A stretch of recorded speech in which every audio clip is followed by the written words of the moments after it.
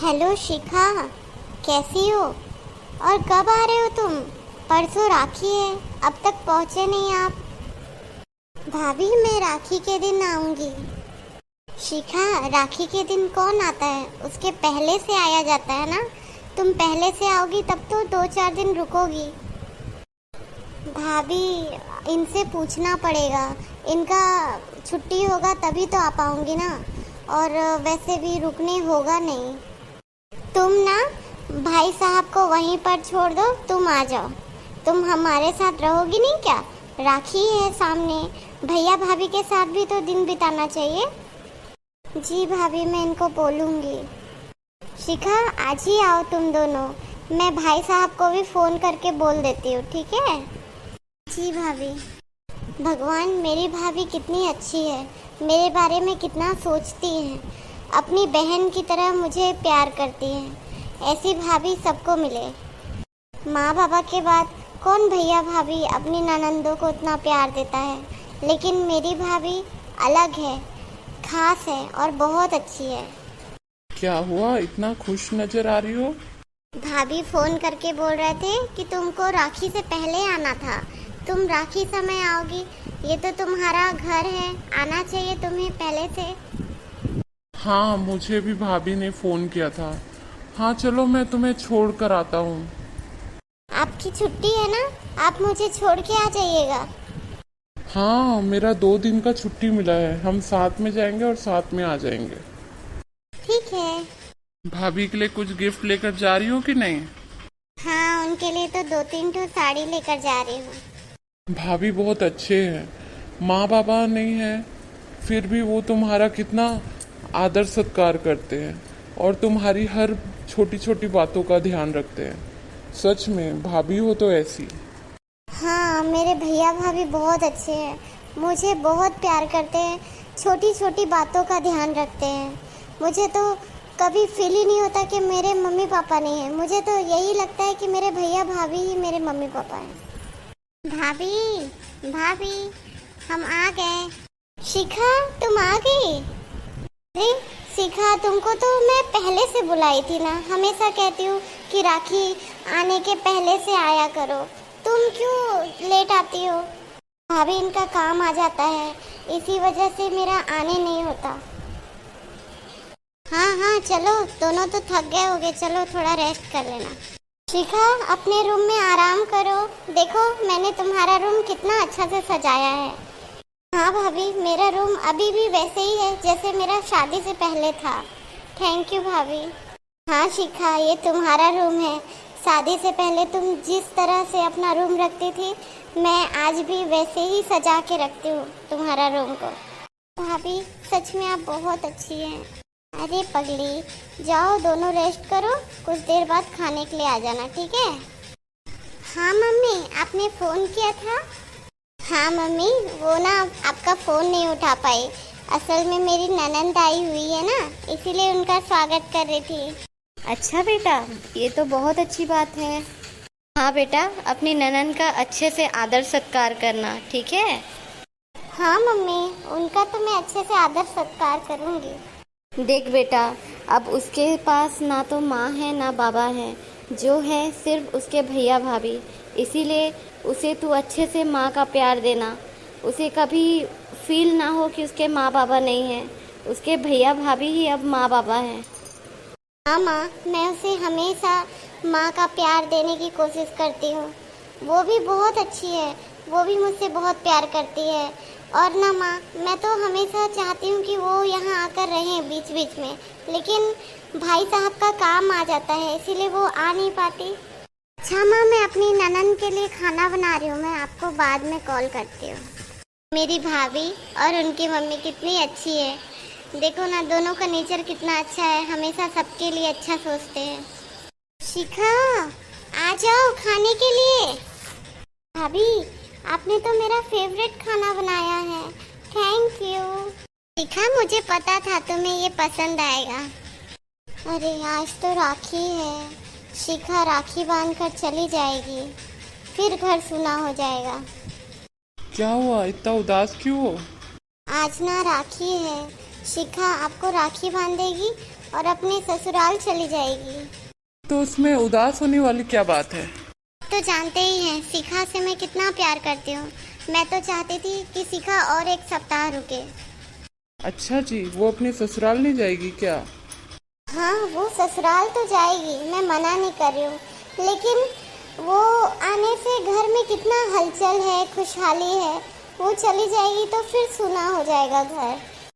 चलो, मेरी बहन बहुत किस्मत वाली है कि वो तुम जैसी भाभी पाई, वरना दूसरी भाभी लोग तो सोचती है कि ननंद आए ही नहीं और उन्हें कैसे भगाया जाए।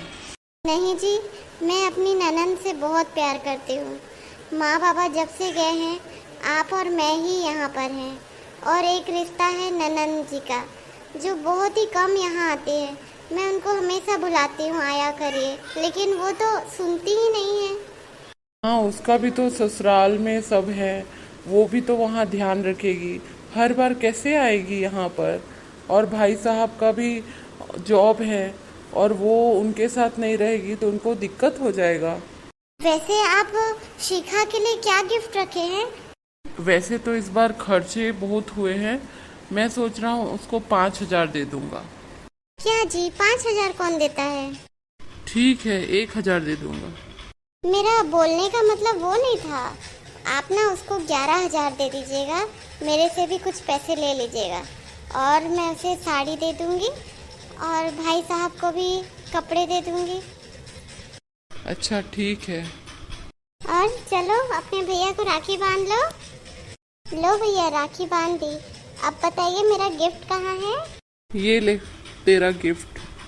भैया, ये तो बहुत सारे हैं। भैया, आप पैसे क्यों दे रहे हैं? आपका आशीर्वाद ही काफी है। मेरी एक लौती बहन है, मैं उसके लिए खर्चा नहीं करूंगा तो और किसके लिए करूंगा?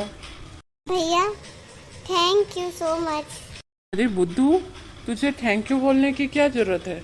तेरा भाई जो देगा वो तो तू ले सकती है। मैंने तो सोचा था शिखा आएगी और भैया से बहुत सारे खर्चे करवाएगी, लेकिन तुम तो अपने भैया से कुछ भी खर्चा नहीं करवा रही हो। ये क्या बात हुई? भाभी मैं कितना खर्चा करवाऊंगी? वैसे भी आप लोगों ने इतना सारा गिफ्ट और मान सम्मान दिया है, यही मेरे लिए काफ़ी है।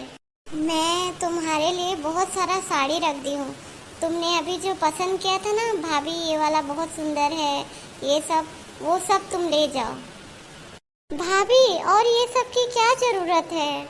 ऐसे ज़रूरत नहीं है। वैसे भी मैं उतने साड़ी का क्या करूँगी? वो सभी साड़ी तुमको पसंद आई है और तुम शौक से पहनोगी वहाँ पर, मुझे बहुत खुशी होगी। भाभी, थैंक यू। पगली रो क्यों रही है?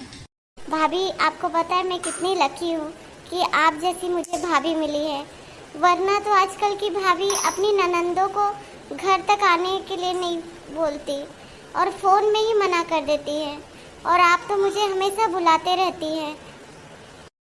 अगर रिश्ता दिल से दिल का हो तो भाभी और ननंद भी सहेली ही होती है।